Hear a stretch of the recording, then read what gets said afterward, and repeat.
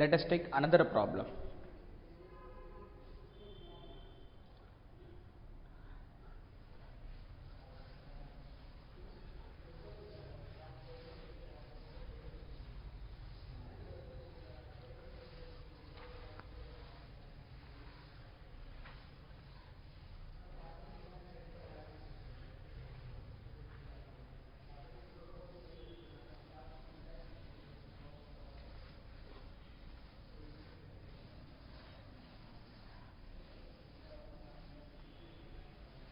కానీ answer is one line ఆన్సరే.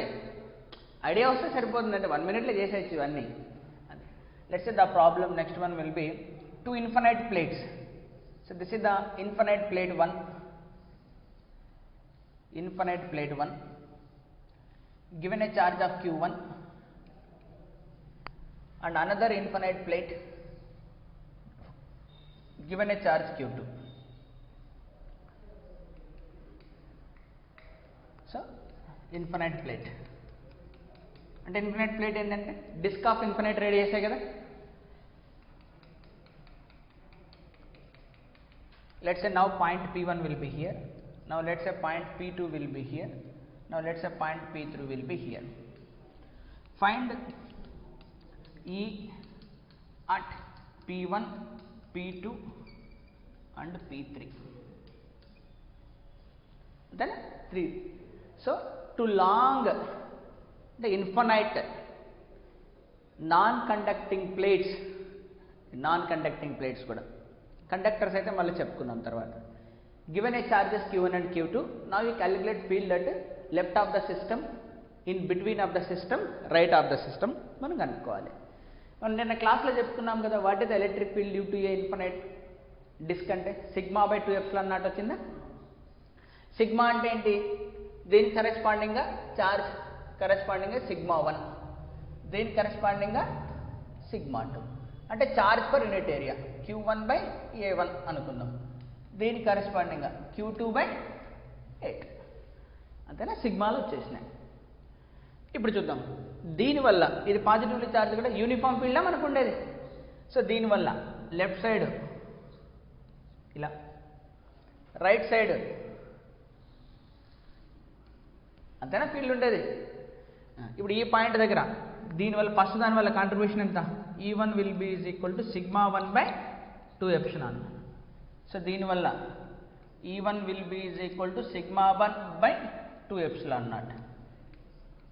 E1 will be is equal to sigma 1 by 2ε. అర్థమైందా. Next ఇప్పుడు దీనివల్ల చూద్దాం. దీనివల్ల ఫీల్డ్ పాజిటివ్ చార్జ్ వల్ల ఫీల్డ్ ఇలానే ఉంటుంది, అంతే కదా field.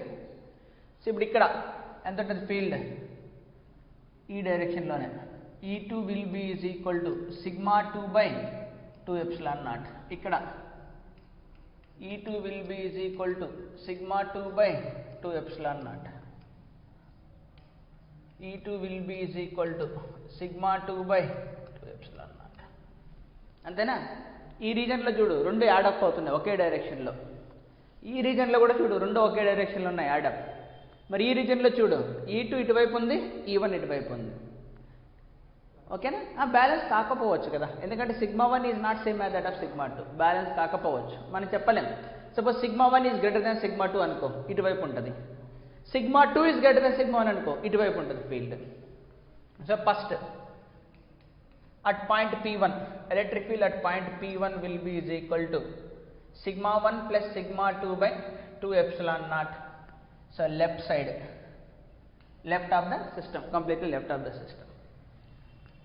Then electric field at point p2 will be is equal to sigma 1 difference and రాద్దాం ఇక్కడ, sigma 1 difference sigma 2 by 2ε0.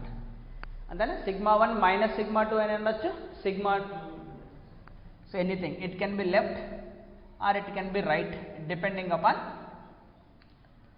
So third one, electric field at p3 will be is equal to towards right అనేది sigma 1 plus sigma 2 by 2ε0 towards right.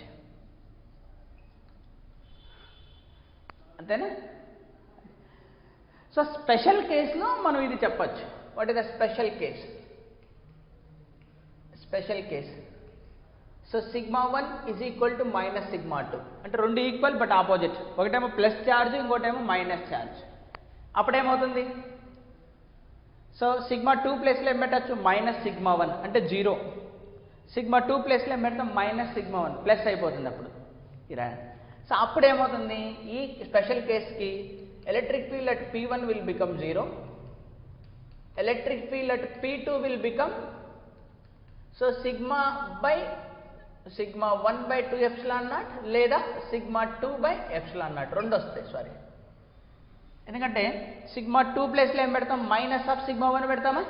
అంటే sigma 1 plus sigma 1 2 sigma 1/ε0. Next third one will be is equal to electric field at point P3 will become again 0.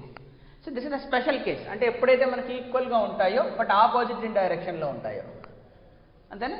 దానికి కావాల్సిన corresponding diagram కూడా ఇక్కడ నేను రాస్తాను. అంటే ఇది ఒక ప్లేట్ 1, ఇది ఇంకొక ప్లేట్ 2.